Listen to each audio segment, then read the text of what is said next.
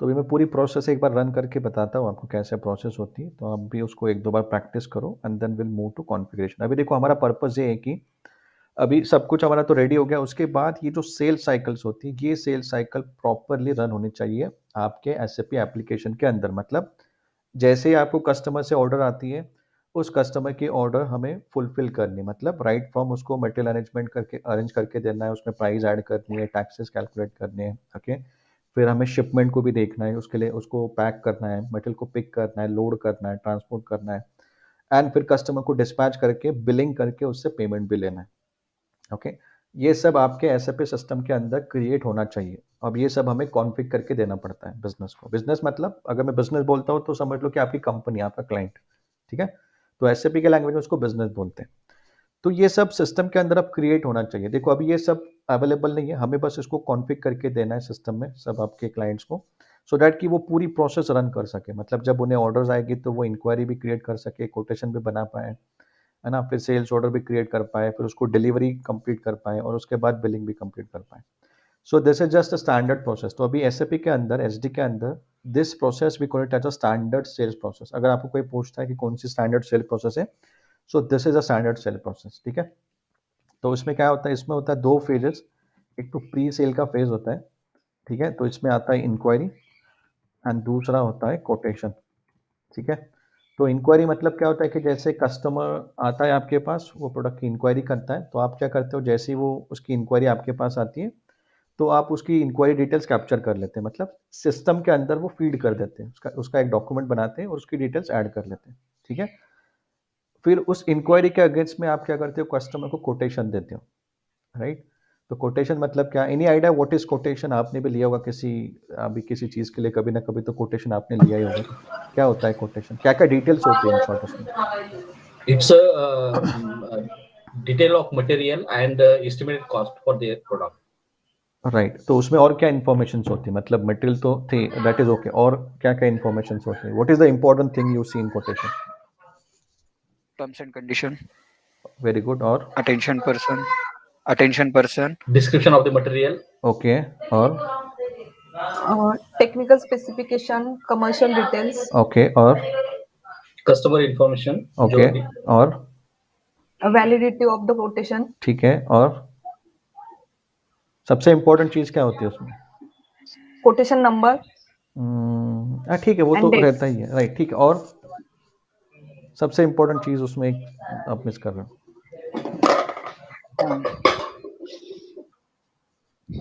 supplier, नहीं ठीक है, सप्लायर तो वो supplier होता है ना, वो तो है। information, price is the most important thing, right?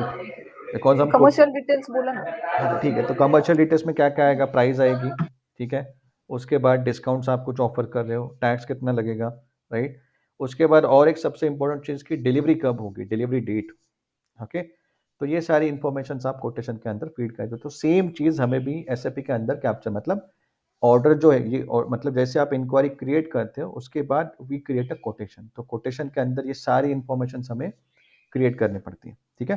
तो ये भी हमें कॉन्फ़िग करके रखना पड़ता है, सो दैट कि आपका जो बिजनेस है वो सारी इंफॉर्मेशन एसएपी के अंदर कैप्चर कर सके और आई मीन आपके क्लाइंट को या कस्टमर को जो कोटेशन उसने मांगा है वो आप दे सको उसको, ठीक है। उसके बाद आती है आपकी actual sale process. This we call it as a standard sale process. इसको आप एक्चुअल सेल भी बोल सकते हो, स्टैंडर्ड सेल प्रोसेस भी बोल सकते हो, ठीक है। तो इसमें होती है सेल्स ऑर्डर। सेल्स ऑर्डर आप तब बनाते हो जब आपको कोटेशन के अगेंस्ट में कंफर्म ऑर्डर आती है कस्टमर से, ठीक है। ऐसा जरूरी नहीं कि कोटेशन ही होना चाहिए, जो हमारे रेगुलर कस्टमर्स होते हैं वो डायरेक्टली ऑर्डर प्लेस करते हैं, तो उस केस में ये जो फेज है ये नहीं होता है, डायरेक्टली इस फेज से हम लोग स्टार्ट करते हैं। अब सेल्स ऑर्डर मतलब क्या होता है कि इसमें जैसे ही कस्टमर ने हमें कंफर्म ऑर्डर दी तभी आप इस डॉक्यूमेंट को क्रिएट करोगे, सेल्स ऑर्डर को। अब सेल्स ऑर्डर में आप क्या करोगे, आपके सारे रिसोर्सेस आप अरेंज करोगे, मटेरियल को अरेंज करोगे, प्राइस असाइन करोगे जो आपने उसको एग्री किया था, फिर डिस्काउंट दोगे, फिर आपके जो भी रिसोर्सेस है अलग अलग वो सब आप अरेंज करोगे, ठीक है। फिर उसके बाद सेल्स ऑर्डर होने के बाद हम लोग ये जो डिटेल्स होती है this we pass to plan for delivery, ठीक है। तो इसको बोलते हैं डिलीवरी। अब डीएन नोट, अभी अगर कोई सेल्स में तो उनको पता है डीएन नोट या फिर आउटबाउंड डिलीवरी या फिर डिलीवरी नोट, तो ये सारे अलग अलग टर्म्स यूज होते हैं, ठीक है। तो इसको आप डिलीवरी भी बोल सकते हैं, या फिर एसएपी के लैंग्वेज में we call it as a outbound delivery. Outbound delivery मतलब जब हमें कस्टमर को कुछ देना है या आपके प्लांट से कुछ मटेरियल बाहर जा रहा है, so this we call it as a outbound delivery.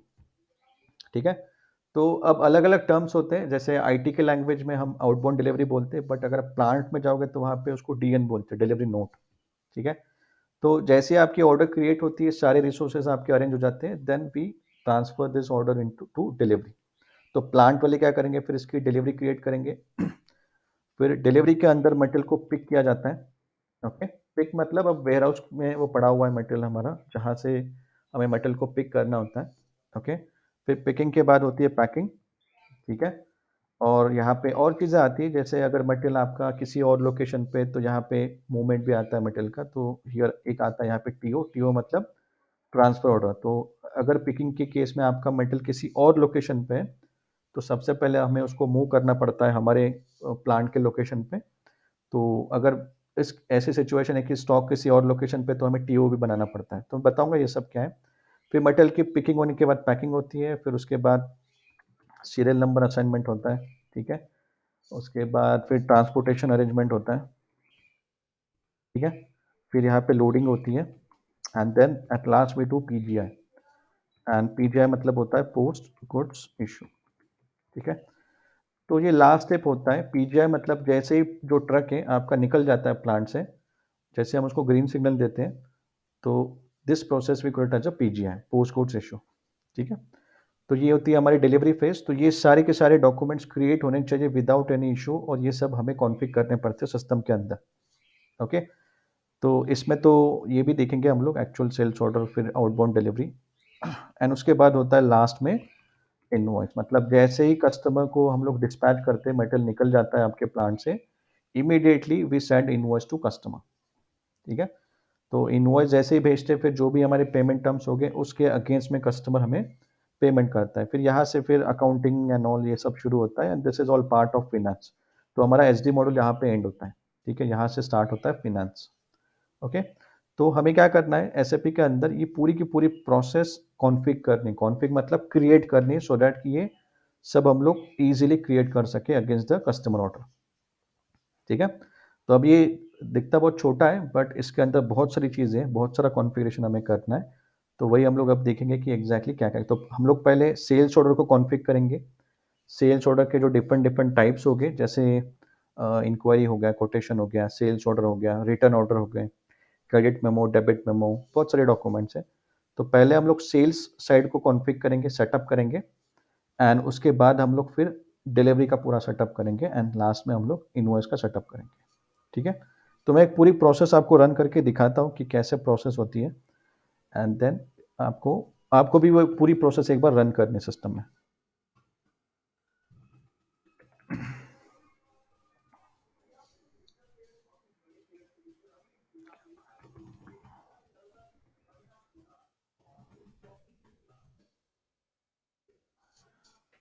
ठीक है, चलो मैं अभी स्टार्ट करता हूँ यहाँ पे कोटेशन से। अब आपको मैं टी कोड भी नोट करा के देता हूँ। ठीक है, तो आपसे ये क्वेश्चन आएगा 100% कि स्टैंडर्ड सेल्स प्रोसेस क्या होती है। हाँ हाँ, आशीष। नहीं नहीं क्या नहीं सर। अच्छा, सबसे पहले तो यहाँ पे टी कोड्स में नोट करा के देता हूँ आपको।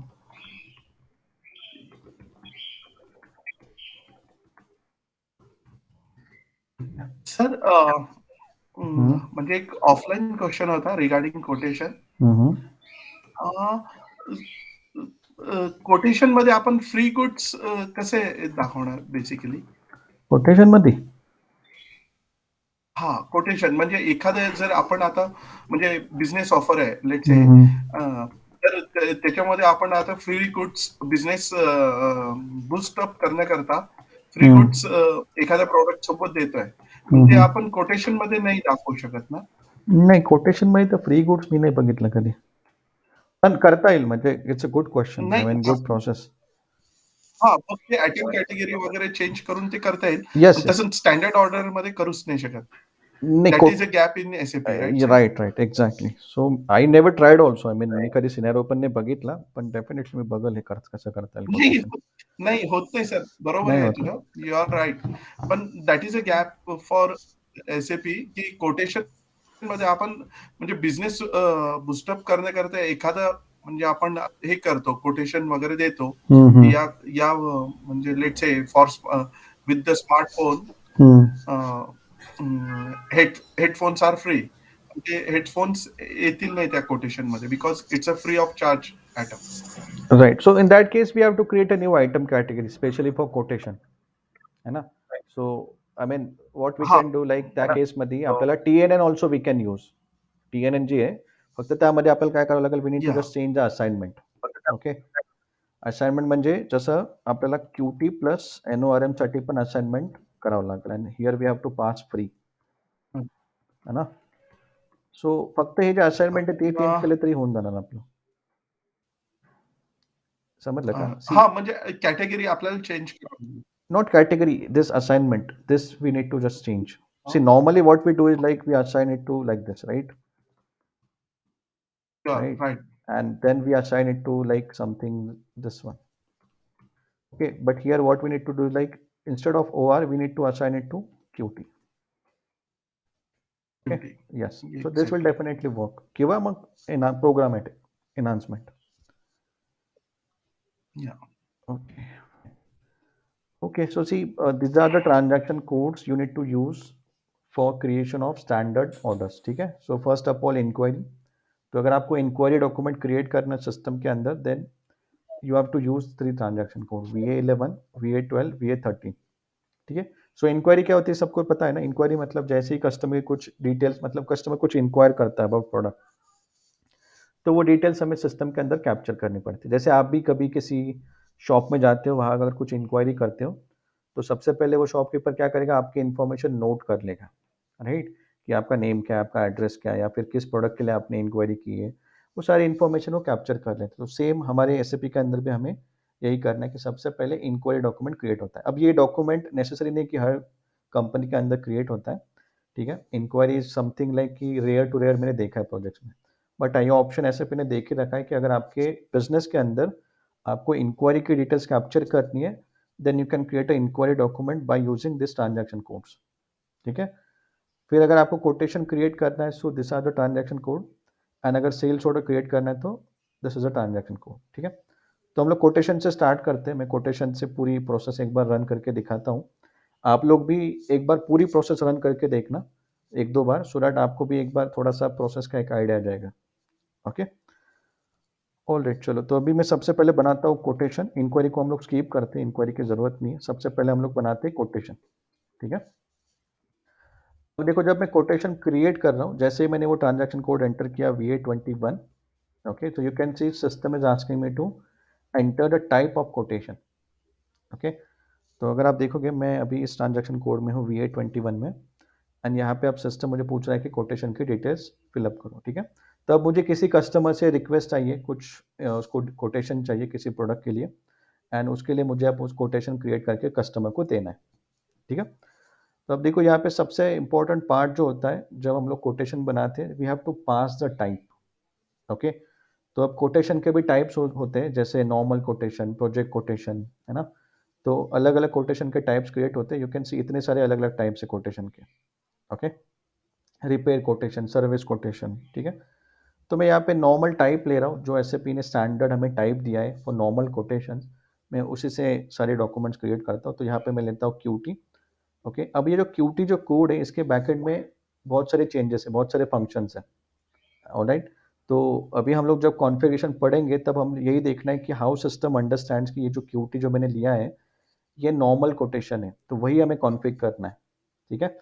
तो ये QT मैंने डॉक्यूमेंट एक टाइप लिया, इसके पीछे बहुत सारी सेटिंग्स होती है जिसके थ्रू सिस्टम अभी इसको कंसिडर कर रहा है नॉर्मल कोटेशन, एंड इसी को हमें कॉन्फ़िग करना है. ठीक है? तो अब देखो, मैंने एक कोटेशन का टाइप ले लिया. अगर मैं चाहूँ को किसी और टाइप का प्रोजेक्ट मुझे बनाना है, जैसे प्रोजेक्ट कोटेशन, तो मुझे बस उसका टाइप लेना पड़ेगा. ओके, तो अब मैं लेता हूँ नॉर्मल कोटेशन का टाइप. अब यहाँ पे पास करो कि कौन से ऑफिस के अंदर आपको ये रिक्वेस्ट रिसीव हुई है. ठीक है?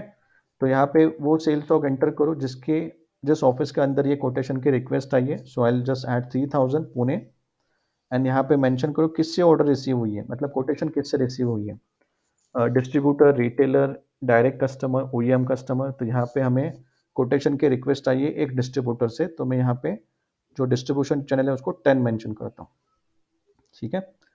फिर उसके बाद कौन से प्रोडक्ट के लिए कोटेशन की रिक्वेस्ट है वो भी डिवीजन यहाँ पे एंटर करो, ठीक है। तो से सपोज अभी हमारा कौन सा व्हीकल्स है, तो किसी व्हीकल के लिए हमें ये ऑर्डर आई है कोटेशन की, तो यहाँ पे सेल्स एरिया एंटर करना जरूरी। अब आपको पता है ये सेल्स एरिया कहाँ से आया, ठीक है, और इसका पूरा कॉम्बिनेशन का सेटअप होना चाहिए, तभी सिस्टम आपको अलाउ करेगा, ठीक है। तो अगर ये सेल्स एरिया सेटअप नहीं होगा तो आपको इशू आएगा। जैसे अब मैं ऐसे ही कोई एक सेल्स एरिया डाल देता हूँ जो है ही नहीं, ठीक है, तो देखो आपको ऐसा मैसेज आएगा, sales area does not exist. अगर होगा भी, अगर आपने उसको असाइन भी नहीं किया तो भी आपको एरर आएगा, ठीक है। तो इसलिए it is important to setup the sales area. जो हमने इंटरप्राइज स्ट्रक्चर में जो सेटअप किया है वो अभी हमें काम में आएगा, ओके।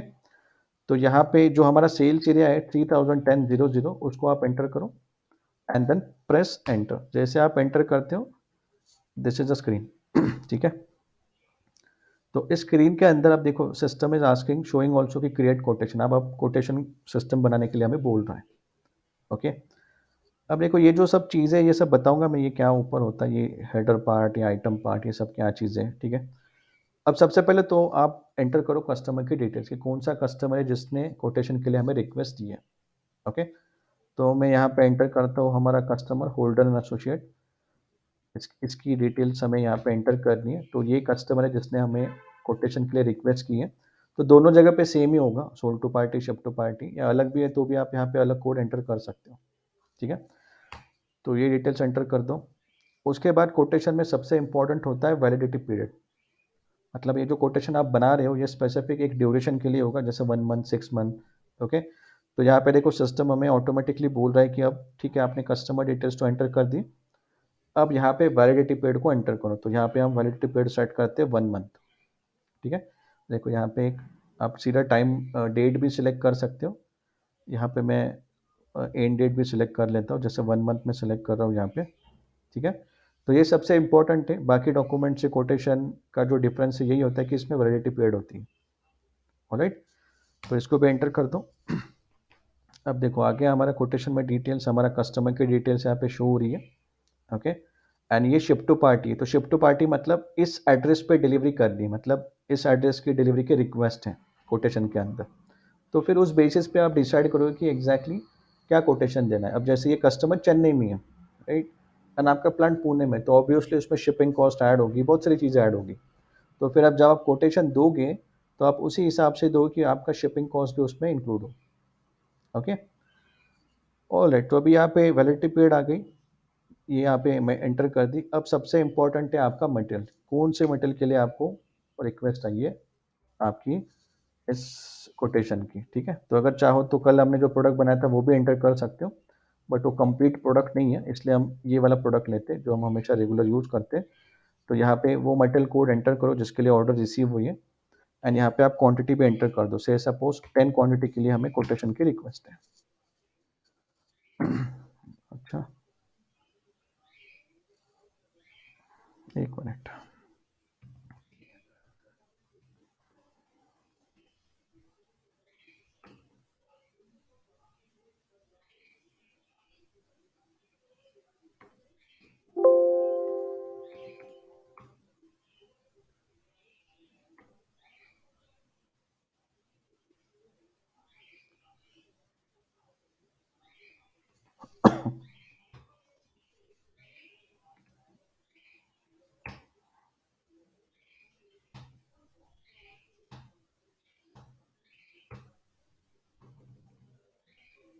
आय थिंक पुन्हा बॅक जावं लागेल सर आपल्याला. यही प्रॉब्लम है SAP का, पूरा बैक आना पड़ता है।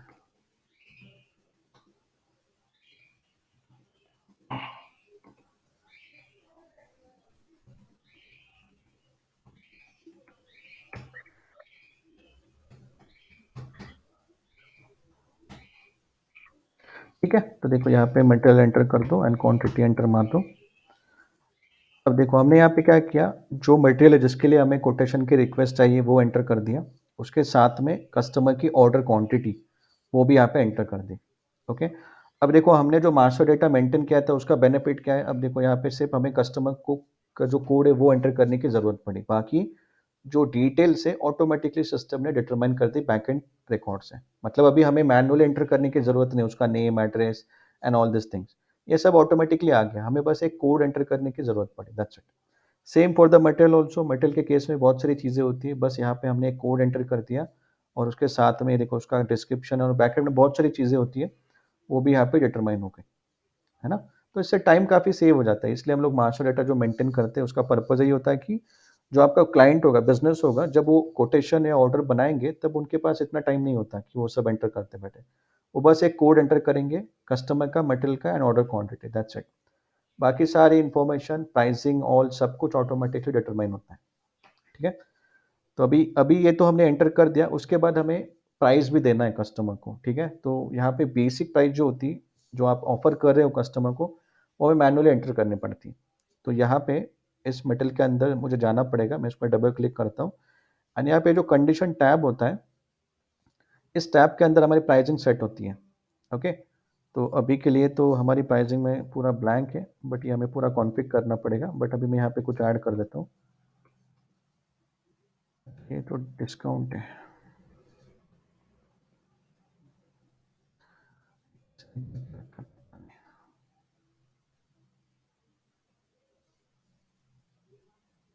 क्या कुछ भी बनाते हैं लोग।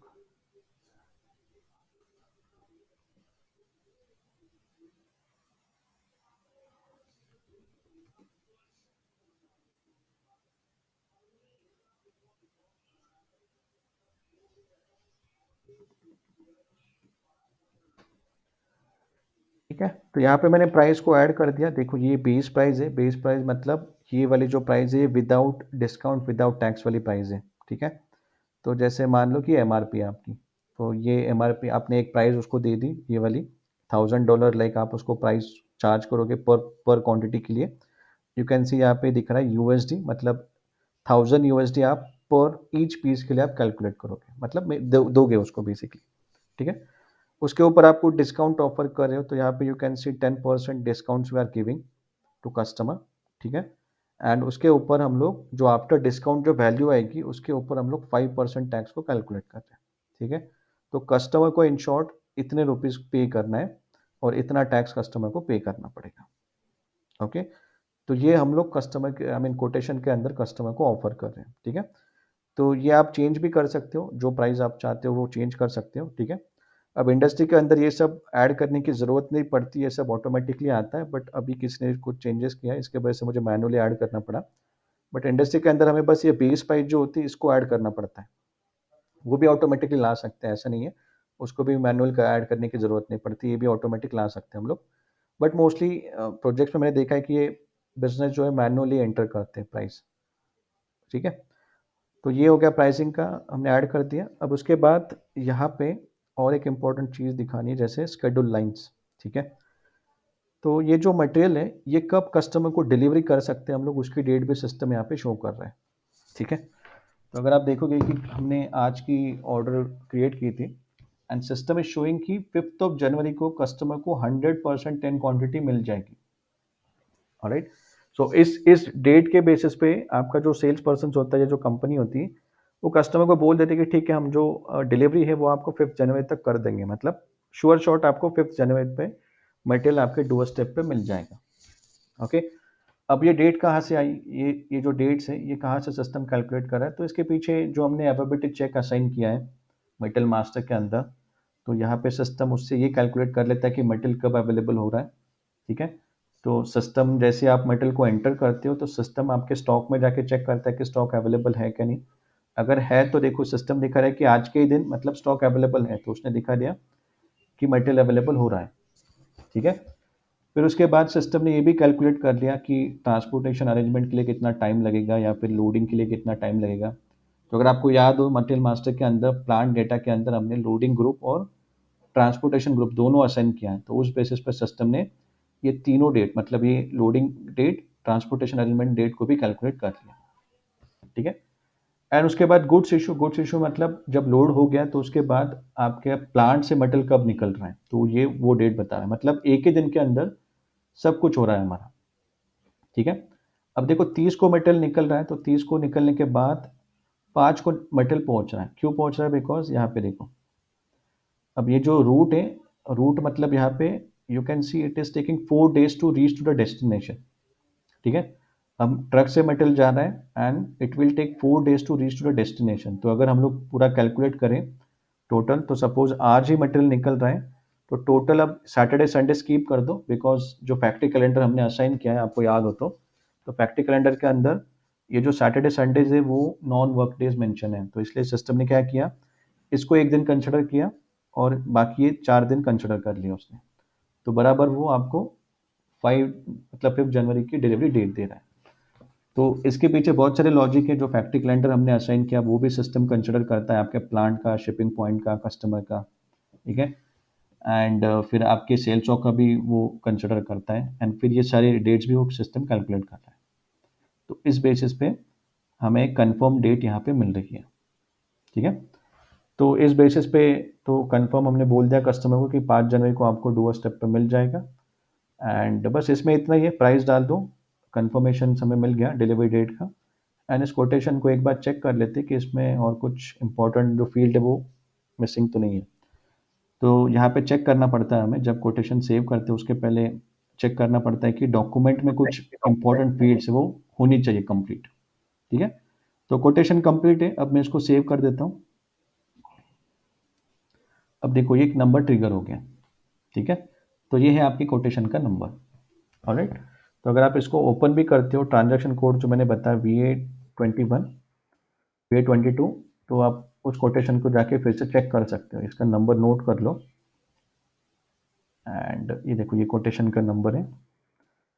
अब आप बाहर आके वापस से VA22 में, या अगर आपको कुछ मॉडिफाई करना है या फिर आपको सिर्फ देखना है तो आप VA23 यूज़ करो, बट अगर आपको कुछ मॉडिफाई करना है तो आप VA22 में जाके फिर से उस कोटेशन को मॉडिफाई कर सकते हो, ऑलराइट। ये देखो ये कोटेशन का नंबर है, इसको अगर आप एंटर करोगे तो सेम कोटेशन जो हमने क्रिएट किया वो आपको यहाँ पे शो हो रहा है, ठीक है। ऑलराइट, तो अब देखो इंडस्ट्री के अंदर क्या होता है, ये जो कोटेशन क्रिएट हुआ है तो ऐसे ऐसे हम कस्टमर को नहीं भेजेंगे, ये जो आपको दिखा है ऐसे नहीं जाता है। जैसे डॉक्यूमेंट हम भेजते हैं with proper details of your company, proper details of like materials की डिटेल्स, जैसे आपको एक प्रॉपर लिंक मिलता है ना प्रोफेशनली, वैसे ही एक कॉपी कस्टमर को सेंड हो जाती है। तो अगर आपको याद हो कस्टमर मास्टर के अंदर जो कम्युनिकेशन डिटेल में ईमेल आईडी का एक टैब होता है, तो उस टैब में अगर जो ईमेल आईडी हम लोगों ने मेंटेन किया है उस ईमेल आईडी पे कस्टमर को एक कॉपी सेंड हो जाती है। तो उस कॉपी के अंदर प्रॉपरली एक ऐसे मटेरियल होता है विद क्वांटिटी, फिर sold to party, ship to party, company की डिटेल्स, कंपनी का लोगो, वैसे प्रॉपर डिटेल्स कस्टमर को सेंड होती है, ठीक है। ये ऐसे नहीं जाता, ये तो एसएपी की स्क्रीन है बस। I can share the quotation copy. है क्या, एक बार दिखा देना। Yeah, sir. Just a second, I am opening.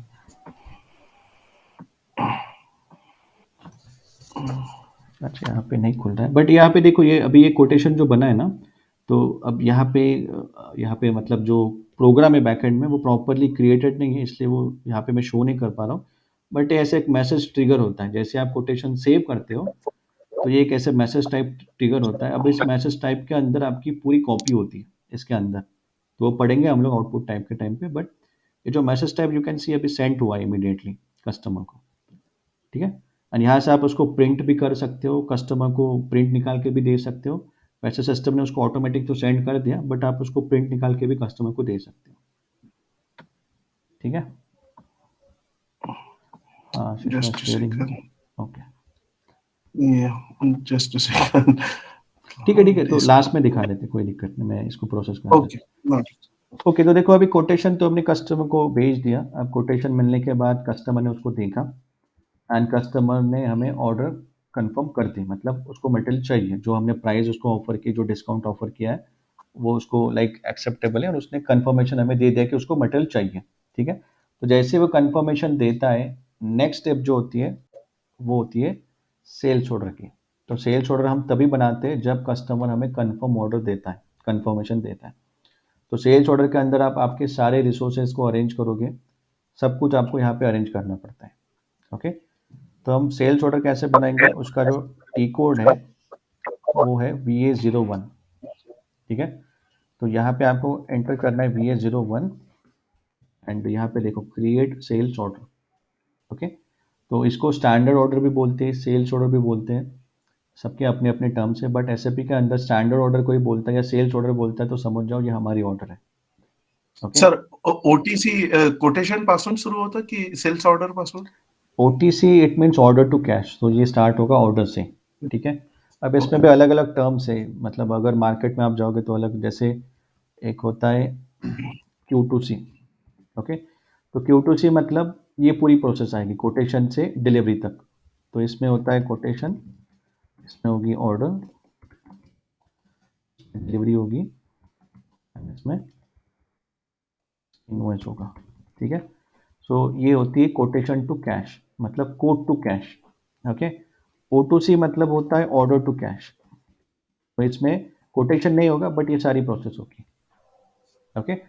और एक होती है make to order, make to order मतलब जब कस्टमर, ऐसी प्रोसेस जिस केस में कस्टमर जब हमें ऑर्डर दे रहा है तभी हम मैन्युफैक्चरिंग कर रहे हैं, तो उस केस में होता है make to order, M2C, M2O होती है मेक टू ऑर्डर, ठीक है। तो ये सारी की सारी सेम ही है, बस नाम अलग अलग है, एक में कोटेशन आएगा, एक में सीधे ऑर्डर से बनेगा, और एक में डायरेक्ट सेल्स ऑर्डर से ही पूरा इनवॉइस तक हम लोग प्रोसेस करेंगे, ठीक है।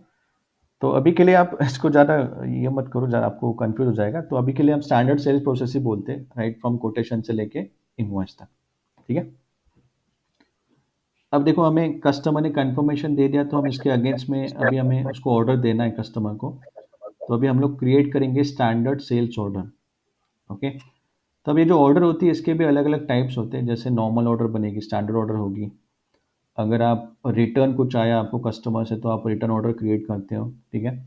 फिर अगर आपके पास कुछ और अलग टाइप की प्रोसेस है तो वो भी आप यहाँ पे कर सकते हो। इतने टाइप्स के डॉक्यूमेंट्स क्रिएट होते हैं इंडस्ट्री के अंदर, ठीक है। तो हर एक कंपनी के अलग अलग प्रोसेस होती है, बट उसका कॉन्फ़िगरेशन का जो वे है वो सेम ही होता है। एक एक पूरी प्रोसेस आप सेट कर लो, उसके बाद आप किसी भी प्रोसेस को आराम से सेट कर सकते हो, ठीक है।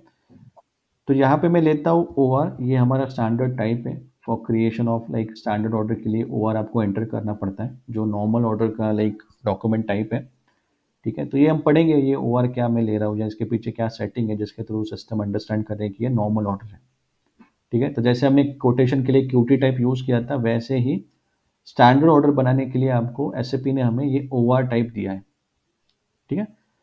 अब यहाँ पे आप सेम सेल्स जरा एंटर करो जिसके लिए आपने कोटेशन दिया था, यहाँ पे सेम वही होना चाहिए, ऑलराइट। एंड अगर आपको विद कोटेशन के रेफरेंस से अगर इस ऑर्डर को क्रिएट करना है तो आपको यहाँ पे ये जो क्रिएट विद रेफरेंस है इसको सिलेक्ट करना है, ठीक है। बट अगर आपके पास विदाउट कोटेशन आपको ऑर्डर प्रोसेस करते हैं तो no need to select the quotation, आप डायरेक्टली यहाँ से ऑर्डर बना सकते हो, डिपेंड कंपनी की प्रोसेस क्या उसके ऊपर डिपेंड है, ठीक है। तो मैं यहाँ पे क्या करता हूँ, हमने जो कोटेशन बनाया है उसके रेफरेंस से एक ऑर्डर बना रहा हूँ, ठीक है। तो यहाँ पे मैं बस वो कोटेशन नंबर एंटर करता हूँ जो हमने अभी क्रिएट किया था, ठीक है। अब देखो ये कोटेशन नंबर है जो हमने क्रिएट किया था अभी, एंड हम उस कोटेशन के अगेंस्ट में अभी एक फाइनल कंफर्म ऑर्डर क्रिएट कर रहे हैं सिस्टम में, ठीक है। तो यहाँ पे देखो कोटेशन एंटर करने के लिए मेरे पास एक ऑप्शन है, तो मैंने यहाँ पे कोटेशन को एंटर कर दिया, एंड मैं जैसे इसको कॉपी करता हूँ तो सिस्टम क्या करेगा, उस कोटेशन से सारी इन्फॉर्मेशन आपके ऑर्डर में कॉपी कर देगा। देखो आपको मैन्युअली एंटर करने की ज़रूरत नहीं, कुछ भी सिस्टम ने ऑटोमेटिकली आपकी ऑर्डर में कोटेशन की सारी information as it is copy कर दी। You can see material, even order quantity, ठीक है। फिर ये प्लांट भी आ गया हमारा, राइट, हमारे कस्टमर की डिटेल्स आ गई, सोल्ड टू शिप टू, है ना। तो सारी की सारी इन्फॉर्मेशन कोटेशन से कॉपी हो गई, ठीक है।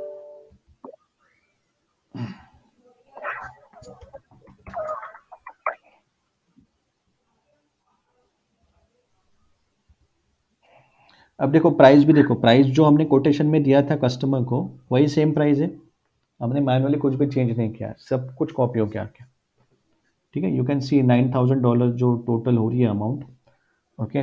Total quantity, total order quantity into 10 पर पीस प्राइस, ठीक है। तो इनटू हो गई 9,000 USD, और इतना टैक्स कस्टमर को हमने कोटेशन के अंदर मेंशन करके दिया था, ठीक है। इवन यहाँ पे अगर आप देखोगे डिलीवरी डेट, तो यहाँ पे डिलीवरी डेट अभी 30th बता रहा है, बट हम 5th को डिलीवर करेंगे। मतलब जो प्लान किया था, जो कस्टमर को हमने कंफर्म किया था, कमिट किया था, उसी हिसाब से हम लोग डिलीवरी करेंगे। सिस्टम तो दिखा रहा है कि हम लोग आज ही डिलीवर कर सकते हैं, बट हम लोग 5th को डिलीवरी करेंगे। अच्छा, यहाँ पे रूट नहीं आया ना, इसलिए वो हो रहा है। अब चेंज हो गई होगी डेट। हाँ, अब देखो, अब डेट चेंज हो गई। ठीक है, तो जो प्लान हुआ था कोटेशन के अंदर, सेम उसी डेट पे हम कस्टमर को डिलीवरी करेंगे 5th ऑफ जनवरी को। And you can see 10 quantity हम आराम से उसको डिलीवरी कर सकते हैं। ठीक है, तो बस यहाँ पे ऑर्डर के अंदर आपके सारे डिटेल्स आ गए हैं। अब देखोगे ये पेमेंट टर्म्स, इनको टर्म्स है ना, ये सब आपके इस कस्टमर के डिटेल से, मास्टर रिकॉर्ड से सिस्टम सारे ये उठा के लेके आ रहा है। पेमेंट टर्म्स, इनको टर्म्स, फिर ये जो डिस्क्रिप्शन है, राइट, फिर ये प्लांट आ रहा है, आपका प्लांट भी डिटरमाइन हो रहा है। ठीक है, फिर अगर आप इसके अंदर और जाओगे तो जो बाकी इंफॉर्मेशन है मेटल की, जैसे ऑर्डर कॉम्बिनेशन आपके कस्टमर मास्टर से आ रहे हैं, राइट, फिर पार्शियल डिलीवरी टॉलरेंस है ना, बहुत सारे, ये वेट आ रहा है मेटल मास्टर से। ठीक है, एंड शिपिंग पॉइंट, प्लांट, ये सब जो हमने ये डिलीवरी प्रायोरिटी जो सब हमने असाइन किया है कस्टमर मास्टर, मेटल मास्टर के अंदर, तो ये सारी की सारी इंफॉर्मेशन आपके ऑर्डर के अंदर डिटरमाइन हो रही है। ठीक है, all right. Right. Sir, one last question. Currency, from where the system get a currency? Means if the the sales order is in dollar or euro, it is depend the क्या ले रहे हो। Customer से भी आती है, company code से भी आती है करेंसी, है ना। अच्छा, तो तर अभी सेल्स ऑर्डर हम्म, म्हणजे अकाउंट असाइनमेंट मधून होईल का ते? नहीं से अभी देखो, अभी जो करेंसी आ रही है that is coming from customer master, है ना। सो ये जो Customer कस्टमर master. है, इस कस्टमर की करेंसी सेट है यूएसडी, इसलिए यहाँ पे भी जो करेंसी है जो ऑर्डर के अंदर डिटरमाइन हो रही है, वो डिटरमाइन हो रही है आपके कस्टमर के एस से। ये देखो यूएसडी। Okay. ठीक है, तो मोस्टली ऑर्डर में कस्टमर से ही आती है, बट जब आप इन्वॉइस करते हो तो सिस्टम ये भी चेक करता है कि आपके कंपनी कोड लेवल पे क्या करेंसी सेट है। Okay. ओके, बट मोस्टली 99% में system will consider from customer master. ठीक है, Okay. Understood. ऑलराइट। तो अभी ये देखो, ये ऑर्डर हमारी क्रिएट हो गए, सब कुछ सारे रिसोर्सेज रेडी हो गए। ठीक है, हमारी डिलीवरी डेट्स भी यहाँ पे शो हो रही है।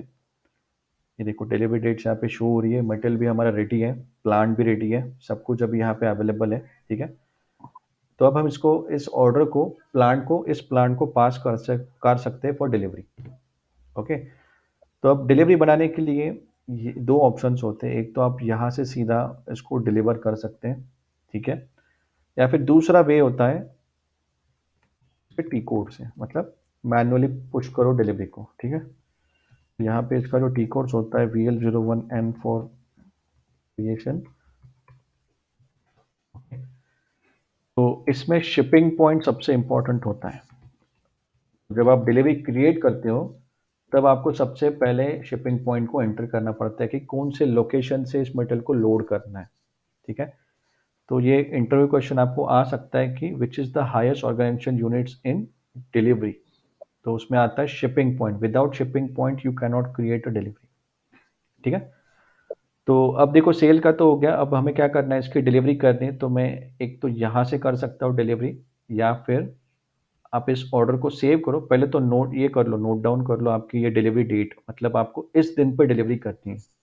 तो ये सबसे पहले इंपॉर्टेंट है, इस डेट को आप नोट कर लो। ठीक है, एंड फिर इस ऑर्डर को सेव कर दो। अब देखो ये dynamic credit check has been exceeded, ये मैसेज आ रहा है, तो ये बताऊंगा मैं क्या आगे, इसको स्किप कर दो अभी। ऑलराइट, देखो अभी हमें हमारी ऑर्डर रेडी हो चुकी है। अब इस ऑर्डर को हमें पास करना है प्लांट को टू क्रिएट अ डिलीवरी। ठीक है, या फिर हम लोग भी डायरेक्टली क्रिएट कर सकते हैं। तो अभी आपको जाना है VL01 एंड टी कोड में। ओके, तो इस टी कोड में जैसे आप आते हो तो यहाँ पे सबसे पहले तो आप ये डेट को चेंज करो कि डिलीवरी कब की है, कौन से डेट पे आपको डिलीवरी करनी है। तो यहाँ पे हमें डिलीवरी करनी है 5th ऑफ जनवरी को, तो यहाँ पे मैं वो डेट असाइन कर देता हूँ। ठीक है, उसके बाद ये देखो सिस्टम ने ऑटोमेटिकली हमारे जो ऑर्डर नंबर थी वो भी यहाँ पे ऐड कर दी। मतलब सिस्टम भी होशियार है, उसको पता है कि आप इसी ऑर्डर को प्रोसेस करने वाले हो, तो उसने उसी ऑर्डर को ऑटोमेटिकली यहाँ पे ऐड कर दिया, हमें मैनुअली एंटर करने की भी ज़रूरत नहीं पड़ी। ठीक है, अब यहाँ पे जैसे मैंने बताया, यहाँ शिपिंग पॉइंट को एंटर करना है। शिपिंग पॉइंट मतलब जहाँ से मटेरियल आप लोड करने वाले हो उस पॉइंट को आप यहाँ पे एंटर करोगे। तो हमारा शिपिंग पॉइंट अभी के लिए है 0125। तो इस शिपिंग पॉइंट को मैं यहाँ पे लेता हूँ एंड बस इसको एंटर कर दूँ। ओके, तो ऑर्डर ब्लॉक, 1 मिनट है, एक ऑर्डर ब्लॉक हो चुकी है तो उसको मैं रिलीज करता हूँ फर्स्ट ऑफ ऑल।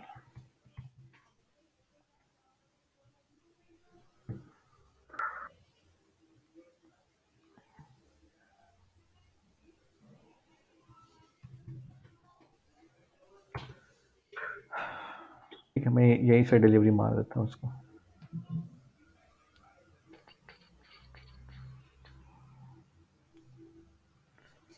अब देखो ये एरर मैसेज है, वार्निंग मैसेज है या कुछ और है, क्या लगता है आपको क्या है ये? Is it a warning message, error message? Error message है सर। एरर है ना? कोई बताएगा क्या एरर मैसेज है, कैसे उसको सॉल्व करना है? अच्छा सॉरी, मैं एक बार कैसे देख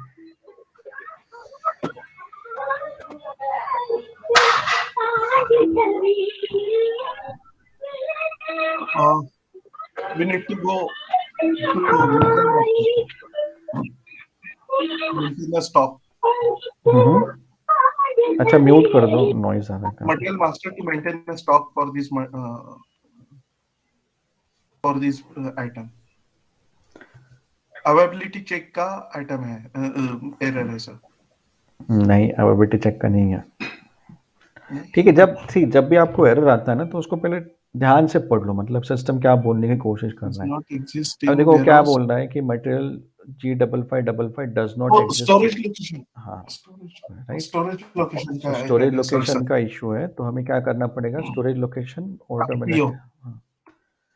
तो अभी मैं बताता हूँ आपको एग्जैक्टली, बाकी लोगों को ये समझ में नहीं आएगा। देखो अभी क्या हो रहा है ना कि ये जो मटेरियल है ये 2 लोकेशन पे अवेलेबल है। एक तो मैं दिखाता हूँ आपको सिस्टम के अंदर ही, आपको समझ में आएगा, एक्सप्लेन करता हूँ। ये देखो ये हमारा मटेरियल है और मैं क्या कर रहा हूँ कि ये जो प्लांट है, इस प्लांट के अंदर आपको दिखाता हूँ कि कितने लोकेशन पे वो अवेलेबल था। ठीक है, अब देखो ये रियल मतलब जैसे रियल टाइम में होता है वैसे मैं दिखाता हूँ। तो you can see this is a plant 3000। Okay, और इस प्लांट के अंदर हमारा इतना टोटल स्टॉक पड़ा हुआ है। ठीक है, मतलब जो ये मटेरियल हमने लिया है उसका इतना सारा स्टॉक हमारे लोकेशन पे पड़ा हुआ है। ठीक है, अब इस प्लांट के अंदर भी हम 2 लोकेशन मतलब 2 वेयर हाउस है जहाँ पे हमारा स्टॉक अवेलेबल है। ठीक है, एक तो है 0001 फिनिश प्रोडक्ट इस लोकेशन पे है और दूसरा है 0002 इस लोकेशन पे इतना है। ठीक है, तो अभी सिस्टम क्या कर रहा है, बाय डिफॉल्ट इस लोकेशन को वो उठा रहा है टू डिलीवर द मटेरियल। मतलब अगर हमें पिकिंग करना है मटेरियल को तो वो ऑटोमेटिकली सिस्टम लोकेशन को पिक करता है कि कौन से लोकेशन से आपको इस मटेरियल को पिक करना है। वो हम लोग कॉन्फ़िगरेशन करते हैं, उस बेसिस पे करता है वो। तो अभी system is trying to pick the material from this location for delivery. Okay, but ये जो मटेरियल है ये उस लोकेशन के लिए हमने एक्सटेंड ही नहीं किया है, मतलब उसको असाइन ही नहीं किया है, क्रिएट ही नहीं किया है। तो सिस्टम फिर कंफ्यूज हो रहा है कि इस लोकेशन पे तो आपने मटेरियल को अवेलेबल है बट अलाउ नहीं करके रखा है कि यहाँ से डिस्पैच करना है। हमने इस लोकेशन को अलाउ करके रखा है डिस्पैच के लिए। ठीक है, तो आपको कुछ नहीं, अगर वैसे एरर दिखता है तो सिंपली आपको ये जो स्टोरेज लोकेशन है आइटम लेवल के अंदर, यहाँ पे आपको सिंपली लोकेशन को सिलेक्ट कर लेना है, कौन से लोकेशन से इसको डिस्पैच करना है। तो मैं इसको सिलेक्ट करता हूँ 0001 फिनिश प्रोडक्ट इस लोकेशन से। मतलब ये जो लोकेशन है हमारा, इस लोकेशन से मटेरियल को पिक करना है हमें, इस लोकेशन से नहीं। ठीक है, तो यहाँ पे मैंने लोकेशन को असाइन कर दिया कि फिनिश प्रोडक्ट लोकेशन से मटेरियल को पिक करना है। एंड अगर मैं इसको अभी डिलीवरी करूँ तो अभी वो एरर नहीं आएगा मुझे। ठीक है, देखो डिलीवरी बन गई। तो अभी ये हो गई डिलीवरी नोट। तो अभी हमने क्या किया कि प्लांट को हमारी ऑर्डर की इंफॉर्मेशन पास कर दी टू इनिशिएट द डिलीवरी। ठीक है, तो अभी प्लांट में सबसे पहले ये आउटबाउंड डिलीवरी क्रिएट होती है। आउटबाउंड डिलीवरी मतलब list of all the details, जिसके अंदर आपकी पूरी डिटेल्स होगी, कौन शिप टू पार्टी है, कौन सा मटेरियल है, कितनी ऑर्डर क्वांटिटी है, ये सारी की सारी इंफॉर्मेशन अब इस डिलीवरी के अंदर आ गई है। और इस बेसिस पे, इस डिलीवरी के बेसिस पे आपका जो प्लांट होता है वो अब मतलब वो लॉजिस्टिक एक्टिविटी इनिशिएट करेगा। ठीक है, तो अब देखो डिलीवरी तो बन गई, ये बेसिक डॉक्यूमेंट है। उसके बाद जैसे डिलीवरी बनती है तो सबसे पहले मटेरियल को अब पिक करना होता है। पिक मतलब एक वेयर हाउस में, जैसे यहाँ पे मैंने दिखाया कि 2 वेयर हाउस में हमारा मटेरियल अवेलेबल है। ठीक है, बट हमने यहाँ पे यू कैन सी कि ये वाले लोकेशन से हमें इस मटेरियल को पिक करना है। कौन सा लोकेशन है, ये वाला फिनिश प्रोडक्ट 0001 इस लोकेशन से हमें मटेरियल को पिक करना है, ये हमें सिस्टम यहाँ पे शो कर रहा है, ठीक है। तो अब बस कुछ नहीं, यहाँ पे मैनुअल पिकअप है, तो यहाँ पे मैं बस एंटर कर देता हूँ। जैसे ही मटेरियल आपका पिक हो जाता है, उठा लिया जाता है फॉर नेक्स्ट प्रोसेस, आप यहाँ पे पिक क्वांटिटी डाल दो और यहाँ पे जैसे आप एंटर करोगे you will see the status will change to fully picked. See fully picked मतलब क्या, मटेरियल अब पिक हो चुका है वेयर हाउस से, अब उसको हम लोग आगे भेजेंगे फॉर द नेक्स्ट प्रोसेस, ठीक है। तो अब मटेरियल वेयर हाउस से आपने पिक कर लिया, अब उसको आप आगे भेजोगे पैकेजिंग के लिए, पैक भी करना पड़ता है मटेरियल को, बट उसके पहले बिफोर पैकेजिंग उसको आप एक सीरियल नंबर असाइन कर दो, यहाँ से एक्स्ट्राज में आके सीरियल नंबर को असाइन करना है। जैसे मैंने बताया था सीरियल नंबर मतलब क्या होता है कि जितनी आपकी ऑर्डर क्वांटिटी है, हर एक क्वांटिटी के लिए आपको एक एक यूनिक नंबर असाइन करना है, ठीक है। तो मटेरियल मास्टर के अंदर हमने सीरियल नंबर प्रोफाइल को असाइन किया था, तो उस बेसिस पे यहाँ पे सिस्टम हम ऑटोमेटिकली नंबर्स को जनरेट करेगा, ओके। तो देखो टोटल 10 क्वांटिटी है, it means we need a 10 serial numbers, alright. तो यहाँ पे बस मैं ये करता हूँ क्रिएट सीरियल नंबर ऑटोमेटिकली, तो सिस्टम ने क्या किया, जितने भी 10 पीसेस थे हर एक पीसेस के लिए एक एक यूनिक नंबर जनरेट कर दिया, ओके। 5580, 5580, 1802, 034 ये सब यूनिक नंबर जनरेट कर दिया सिस्टम ने, ठीक है। तो ये हो गया जनरेट, अब इसको ओके कर दो। अब मटेरियल को सीरियल नंबर असाइन हो गए, अब हम इसको पैक करेंगे मटेरियल को, ठीक है। तो उसको पैक करने के लिए ये आइकन जो दिख रहा है आपको, इस आइकन पे आपको क्लिक करना है। ये सब हम लोग डिटेल में देखेंगे, ओके। मैं बस आपको एक ओवरव्यू दिखा रहा हूँ कि कैसे प्रोसेस होती है, ये सब इन डिटेल में आपको कवर करूँगा। अब देखो यहाँ पे मटेरियल को पैक करना है, तो ये जो पैक का आपको आइकन मतलब ये जो मटेरियल है इसको मुझे पैक करना है, ठीक है। तो यहाँ पे ये जो दिखेगा आपको, इस पे पैक पे क्लिक करोगे, अब ये है हमारा पैकिंग का स्टेशन, ओके। पैकिंग का स्टेशन मतलब यहाँ पे नीचे जो आपको शो हो रहा है ये वो मटेरियल है जो पैक करने हैं हमें, ओके। एंड ऊपर जो स्टेशन है, इस स्टेशन के अंदर हमें पैकेजिंग मटेरियल्स को ऐड करना है, मतलब जैसे ब्राउन कार्टन के अंदर करना है, कंटेनर के अंदर ऐड करना है, या फिर किसी और आपका मटेरियल है पैकेजिंग का उसके अंदर उसको ऐड करना है, ठीक है। तो यहाँ पे मैंने एक पैकेजिंग मटेरियल बना के रखा है PL01, मतलब एक प्लाई का बॉक्स है, एंड उस प्लाई बॉक्स के अंदर मुझे तो ये मटेरियल को ऐड करना है, ठीक है। तो अब ये जो मटेरियल था ये तो हमारा नॉर्मल मटेरियल था, और ये जो मटेरियल है ये पैकेजिंग मटेरियल है। तो what is the type we select for packaging material, क्या टाइप मैंने बताया था, मटेरियल टाइप फॉर पैकेजिंग। जैसे नॉर्मल मटेरियल के लिए वी VERP, सिलेक्ट पर्ट, वैसे पैकेजिंग के लिए क्या क्या कोड है, VERP। पक्का? बाकी लोगों को क्या लगता है? VERP VERP, right. तो ये VERP मटेरियल है, इसलिए सिस्टम हमें इसको यहाँ पे you can C on the top packaging material, मतलब इसको अलाउ कर रहा है। तो ये बॉक्स है, ठीक है, मतलब इसे पैकेजिंग के काम के लिए यूज करना है इसको, बाकी इस कस्टमर को सेल करने के लिए नहीं करना है, ठीक है। तो ये मैंने एक मटेरियल बना के रखा है प्लाई बॉक्स, तो इस बॉक्स के अंदर मुझे इस मटेरियल को पैक करना है, ऑलराइट। तो अब देखो मैं यहाँ पे इसको एंटर करता हूँ इस मटेरियल को, और जैसे ही एंटर करता हूँ यू कैन सी यहाँ पे टोटल वेट आ गया, मतलब इस बॉक्स के अंदर हम टोटल मतलब इसका वेट टोटल 500 kg, बॉक्स का ही वजन इतना है ठीक है। तो चलो ठीक है, ये तो गलती से आ गया, बट यहाँ पे टोटल वेट दिखा रहा है, इस बॉक्स का वेट कितना है टोटल, ओके। एंड यहाँ पे इसका टोटल मतलब पूरा वेट कितना होगा, कितना लोड ये कैरी कर सकता है इस बॉक्स के अंदर, कितना आप ऐड कर सकते हो वो भी यहाँ पे शो हो गया। उसके बाद यहाँ पे हैंडलिंग यूनिट नंबर भी आ गया। हैंडलिंग यूनिट मतलब अब कैसे बता, अच्छा उसके लिए इमेज दिखाता वो ट्रक वाली, एक मिनट, उससे आपको समझ में आएगा।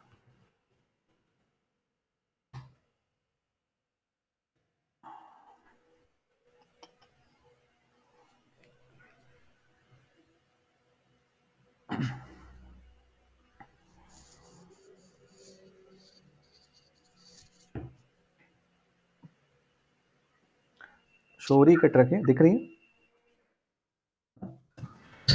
ओके, अब देखो यहाँ पे ये कंटेनर है, ठीक है। तो ये कंटेनर भी आपका एक पैकेजिंग मटेरियल ही है, ओके। तो इस कंटेनर के अंदर आपने ये दो बॉक्स को मतलब ऐड करके रखा है, ठीक है। तो ये जो कंटेनर है उसके लिए भी हमने मतलब एक नंबर यहाँ पे असाइन करके रखा है, और ये जो नंबर होता है this we call it as a handling unit. तो ये HU मतलब होता है हैंडलिंग यूनिट, और उसको एक नंबर जो आपको ये 100 दिख रहा है, इसका मतलब इस कंटेनर का जो यूनिक आइडेंटिफिकेशन नंबर है फॉर ट्रांसपोर्टेशन इज़ 100। तो जैसे आप सिस्टम के अंदर 100 नंबर को एंटर करोगे, आपका जो भी सॉफ्ट मतलब एसएपी के अंदर हैंडलिंग यूनिट का एक की कोड होता है ट्रांसपोर्टेशन के लिए, तो उसमें आप जैसे 100 एंटर करते हो एचयू नंबर, तो automatically you can see in this container you have 2 packages. Okay, so इस पैकेजेस को भी एक यूनिक नंबर आप असाइन करोगे। सो क्या हो रहा है? अच्छा,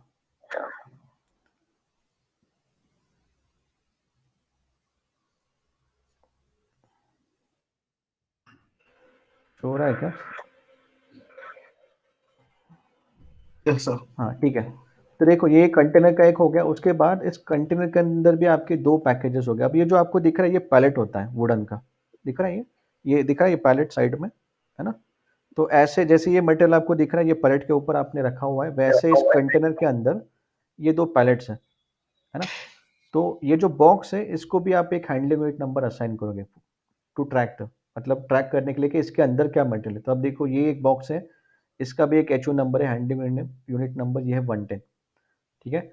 और ये दूसरा बॉक्स है उसका भी एचओ नंबर है 120। तो ये जो नंबर दिख रहा है आपको हैंडलिंग यूनिट, ये वो वाला नंबर है 2155। तो आप sir I can show the packing slip original. वो समझ में नहीं आएगा पैकिंग स्लिप आई गेस।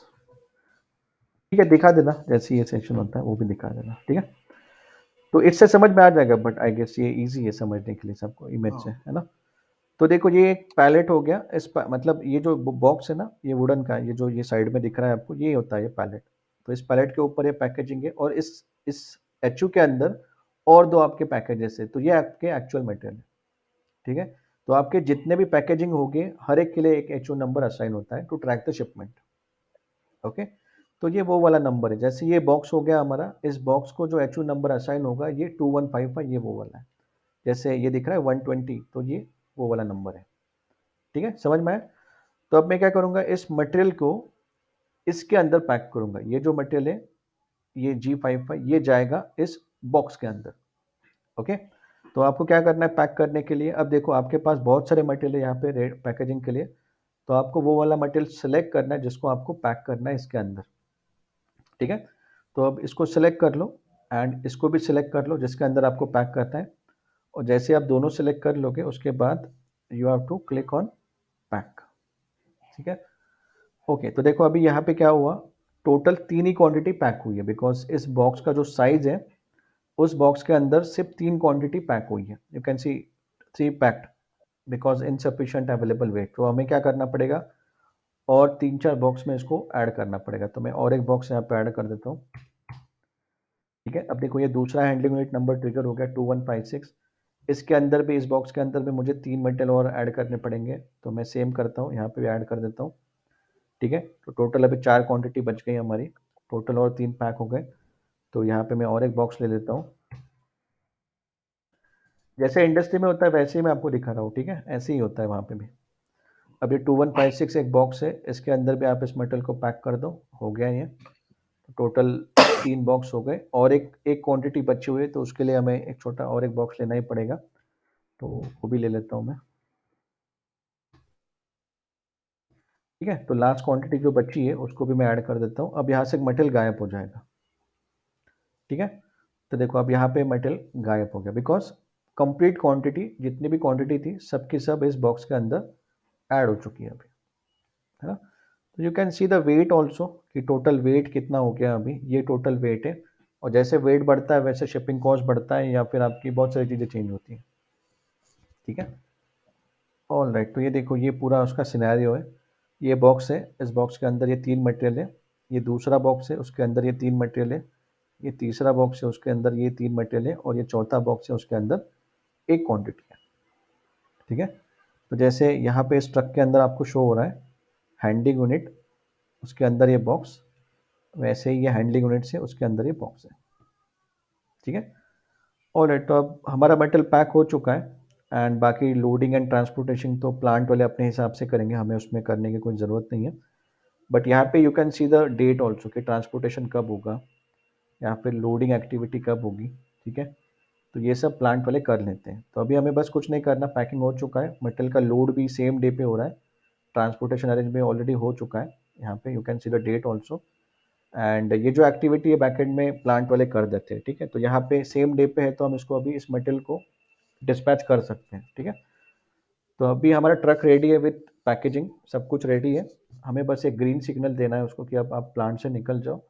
तो ये जो बटन आपको दिख रहा है पोस्ट कोड्स इशू, जैसे ही मैं इसको हिट करता हूँ आपका जो ट्रक है वो निकल जाता है आपके प्लांट से, ओके। तो अभी मैं आपको पूरा एक ओवरव्यू दिखाता हूँ कि क्या क्या हुआ अब तक। Sir RLT plus pick pack time that will be your dispatch date. Yes exactly, Okay. ठीक है। तो देखो अभी तक हमने क्या क्या किया है, कोटेशन बनाया था, ठीक है। तो कोटेशन इस दिन पे बनाया था, उस कोटेशन के अगेंस्ट में हमें कंफर्मेशन रिसीव हुआ एंड हमने सेल्स ऑर्डर बना दी। यहाँ पे सारे रिसोर्सेज को अरेंज किया, मटेरियल अवेलेबल किया, प्राइस असाइन की, आपके और भी बहुत सारे रिसोर्सेज थे सारे यहाँ पे अरेंज हो गए। फिर उसके बाद जैसे ही कंफर्मेशन मिला हमने जो ऑर्डर्स थी उसकी डिटेल्स प्लांट को पास कर दी। तो यहाँ पे आउटबाउंड डिलीवरी क्रिएट हो गई, ठीक है। आउटबाउंड डिलीवरी क्रिएट होने के बाद प्लांट में फिर इस मटेरियल को पहले पिक किया गया वेयर हाउस से, ठीक है। पिक होने के बाद फिर उसकी पैकेजिंग हो गई मटेरियल की, ठीक है। अब पैकेजिंग होने के बाद फिर वो ट्रांसपोर्टेशन एंड लोडिंग वो प्लांट के अंदर हो गया उसका, एंड जैसे वो एक्टिविटी कंप्लीट हो गई हमने उस मटेरियल को गुड्स इशू कर दिया, मतलब प्लांट से। अब जैसे ही गुड्स इशू होता है, जैसे आपका ट्रक प्लांट से निकल जाता है तो बहुत सारे इम्पैक्ट होते हैं कंपनी के अंदर। जैसे सबसे पहले तो आपका स्टॉक रिड्यूस हो जाता है, ओके। तो अगर मैं इस डॉक्यूमेंट को खोलूँ गुड्स इशू को, तो यू कैन सी हियर, यहाँ पे ये माइनस दिख रहा है, ठीक है। तो ये माइनस मतलब ये जो स्टॉक है आपका 10 क्वांटिटी इस मटेरियल का, ये इस प्लांट से इस लोकेशन से रिड्यूस हो गए, ठीक है। तो अगर यहाँ पे लेट मी सी, अभी 9961484 है, 9961484, तो यहाँ पे देखते हैं रिड्यूस होता है। तो देखो यहाँ पे 10 क्वांटिटी कम हो गई है ना, पहले 484 था, अब हमने गुड्स इशू कर दिया तो यहाँ से 10 क्वांटिटी, पहले 484 था अब हो गया 474। क्यों हुआ? बिकॉज जैसे आप गुड्स इशू करते हो तो बैकएंड में सिस्टम क्या करता है, आपके प्लांट में जाके वो स्टॉक को रिड्यूस कर देता है। तो यहाँ पे अगर आपने देखा तो अभी स्टॉक रिड्यूस हो गया है ना। तो और उसके साथ बहुत सारी चीज़ें मैं बताऊंगा आगे क्या होता है, बट अभी ट्रक हमारा निकल चुका है, स्टॉक रिड्यूस हो चुका है। अब हम करेंगे इनवॉइस क्रिएशन। अभी लास्ट स्टेप होता है कस्टमर को इनवॉइस हमें भेजना है। तो ये जो डिलीवरी डॉक्यूमेंट नंबर है जिसके अगेंस्ट में हमने डिलीवरी की है, तो इसके अगेंस्ट में हम लोग यहाँ पे इनवॉइस को क्रिएट करेंगे, ठीक है। तो देखो मैं क्रिएट कर रहा हूँ billing document against the delivery, against the shipment. And इस डिलीवरी को हम लोग लेते हैं ऑर्डर को नहीं, बिकॉज जो डिलीवरी होती है उसमें एक्चुअल आपकी डिटेल्स होती है कितनी क्वांटिटी आपने शिप की है, ठीक है। तो अगर आपने ऑब्जर्व किया होगा हर कोई डॉक्यूमेंट हम किसी रेफरेंस से बना रहे हैं, मतलब जैसे ऑर्डर हमने कोटेशन से बनाई, डिलीवरी हमने ऑर्डर से बनाई, वैसे ही हम इनवॉइस डॉक्यूमेंट अब डिलीवरी के रेफरेंस से बना रहे हैं, है ना। तो हर एक डॉक्यूमेंट एक दूसरे के ऊपर डिपेंडेंट है। तो यहाँ पे मैं अभी ये जो डिलीवरी है इसके अगेंस्ट में मुझे इनवॉइस क्रिएट करना है, तो मैं यहाँ पे उसका टाइप एक तो सिलेक्ट करने की ज़रूरत नहीं, आप बस यहाँ पे डिलीवरी नोट एंटर कर दो, ऑटोमेटिकली सिस्टम यहाँ पे करेक्ट इनवॉइस बना देगा, ठीक है। सी इनवॉइस, ओके। अब देखो यहाँ पे आपको क्या शो हो रहा है, पेयर, है ना। पेयर क्यों शो हो रहा है? बिकॉज इनवॉइस के अंदर हमें पेयर की ज़रूरत है, हमें सोल्ड टू शिप टू की ज़रूरत नहीं है। जो पेमेंट करने वाला है उसकी डिटेल्स हमें चाहिए, बिकॉज पेयर और बिल टू पार्टी दोनों की ज़रूरत है। बट यहाँ पे पेयर शो हो रहा है बिकॉज ये पेयर है जो इस ऑर्डर के अगेंस्ट में आप पेमेंट करने वाला है, ओके। और ये आ कहाँ से रहा है? आपके कस्टमर मास्टर के पार्टनर फंक्शन से ये डिटेल सिस्टम कॉपी कर रहा है, ओके। तो यहाँ से वो सारी इन्फॉर्मेशन आ गई एंड आप देखोगे तो ये डिलीवरी से सारी इन्फॉर्मेशन ऑटोमेटिकली कॉपी हो गई। ये मटेरियल था, इतना कस्टमर को पेमेंट करना है। Even you can see the tax also, अगर आप इसके अंदर जाओगे तो इसके अंदर आपको टैक्स भी मिलेगा, ये टोटल अमाउंट पे करनी है, ठीक है। ये मटेरियल है, ये उसका डिस्क्रिप्शन है, इतनी टोटल क्वांटिटी है। बिलिंग डेट भी आप पे शो हो रही है, मतलब जिस दिन पे डिस्पैच होता है उस दिन की बिलिंग होती है हमेशा, okay. And you can see the pricing date also यहाँ पे। इसके अंदर आप जाओगे तो और भी बहुत सारी इन्फॉर्मेशन है। अब देखो ये यहाँ पे डोमेस्टिक रेवेन्यू आ गया। अब ये कहाँ से आ रहा है डोमेस्टिक रेवेन्यू?